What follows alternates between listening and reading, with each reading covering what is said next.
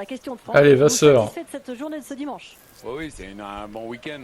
Bon, c'est sûr qu'on ne gagne pas, mais je pense qu'on est dans la bonne direction. On avait déjà fait un bon pas en avant à Montréal et c'est bien de confirmer ici sur un circuit qui est complètement différent et dans des conditions météo différentes. On a eu un Carlos Sainz qui a poussé un petit peu pour qu'on le laisse passer. C'était la même chose au Canada. L'équipe avait dit non. Là, c'était encore aujourd'hui la même ligne de conduite. Non, c'est pas qu'on lui a pas autorisé à passer, c'est qu'on avait une stratégie avant la course de se dire que sur le premier stint, il fallait surtout qu'on fasse le gap avec ceux qui étaient 4-5 et pas perdre de temps à se doubler parce que quand on est derrière avec le DRS, on est forcément plus vite. Et il connaissait parfaitement la stratégie. Je pense que c'est juste pour mettre un petit coup de pression. Fred, quand on a une auto comme ça, une auto. Pourquoi il demande à passer alors s'il connaissait la strat hein. Mais Il est on a con Max Verstappen. ce Sainz là. Sur une autre planète, là, ça va très très vite. Pérez, il va vite aussi avec l'auto.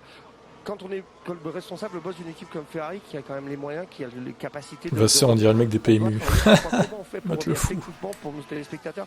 On travaille, enfin on fait quoi quand on rentre le lundi au boulot? Qu'est-ce que tu dois faire?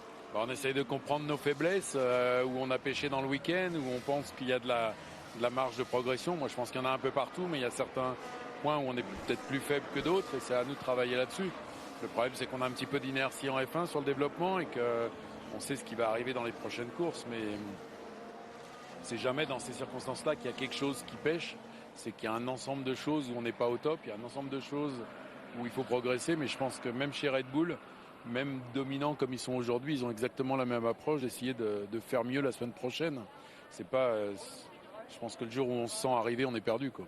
Et je sais que tu me diras pas où sont tes faiblesses, mais je vais te demander où est la force de Red Bull. Comme ça, j'aurai moitié ma réponse.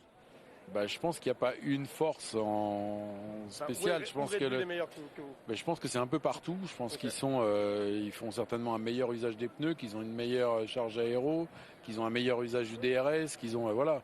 Donc à nous maintenant. Non, mais oui, mais il y en a. Je pense que Red Bull, ils ont exactement la même approche que nous, essayer de faire mieux sur le DRS, mieux sur les pneus pour la semaine prochaine. Donc ça, on sait que le challenge il est élevé parce qu'il y a un vrai gap avec eux aujourd'hui, enfin au moins avec Max.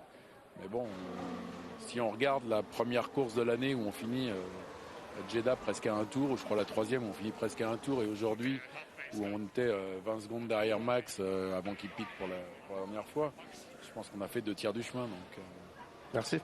Frédéric, c'est un 800e podium, c'est important, ça compte. Vous saviez pas? Je vous l'apprends. t'es pas né, mais Non mais ça compte, je veux dire, c'est aussi une piqûre de rappel pour les gens qui nous regardent, pour de se souvenir de ce que c'est 800e Ferrari. podium pour oui, Ferrari, moi, incroyable. Je suis pas un grand fan des statistiques et je suis pas ça de près, mais c'est sûr que c'est une marque iconique. On le voit dans les tribunes, même si ici on est au Maxland, il y a quand même une grosse partie des tribunes qui est rouge et les gens sont hyper passionnés de la marque, hyper passionnés de la course, et ça c'est bien pour nous.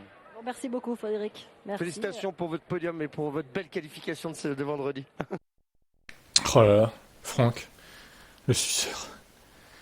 Sainz, désolé, mais il était pas plus vite que Leclerc au final. Hein. Il finit à 15 secondes, donc encore une fois, c'est trompeur, hein, parce qu'il arrivait à le suivre avec le DRS, mais qui nous dit qu'au final Leclerc ça aurait pas été pareil, qu'il aurait collé avec le DRS aussi.